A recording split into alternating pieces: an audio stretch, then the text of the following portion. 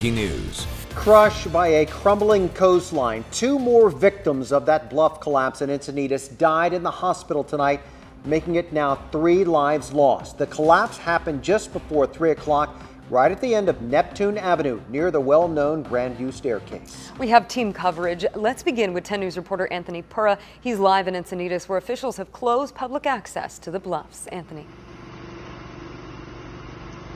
Well, that's right. Public access to those. Shock and disbelief along this popular stretch of coastline. Sky 10 flew over the rubble where a large chunk of the bluffs suddenly collapsed, killing a woman on scene. 2 other people rushed to the hospital, but doctors couldn't save their lives. 2 others had minor injuries.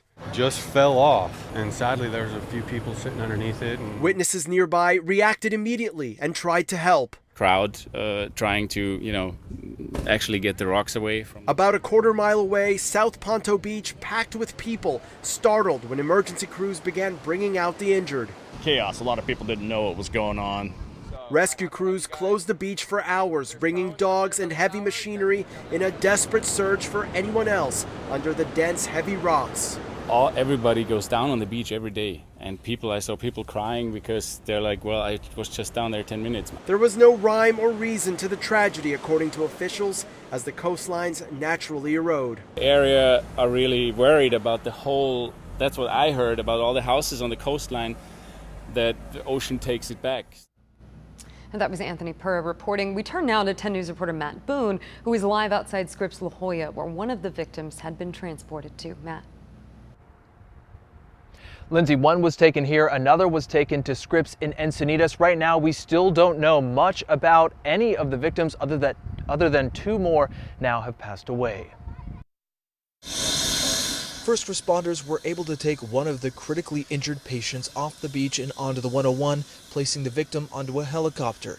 That victim was taken to Scripps La Jolla's trauma center, where they died from their injuries. 2 other patients were taken by ambulance to the hospital as beachgoers watched in shock. They were on the back of trucks, and there were 3 different trucks that looked like they were carrying.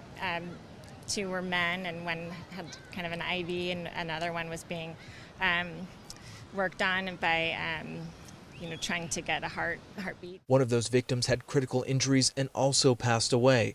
In front of Scripps La Jolla, a crowd began to gather outside. Several of them were Santee firefighters who said they were there for support. The collapse itself was about 25 feet wide and extended about 30 feet from the bluff. Rescuers estimating the pile of debris was about 10 feet at the highest. In total, they say some 20 cubic yards of rock fell from the cliff, the equivalent of several falling cars.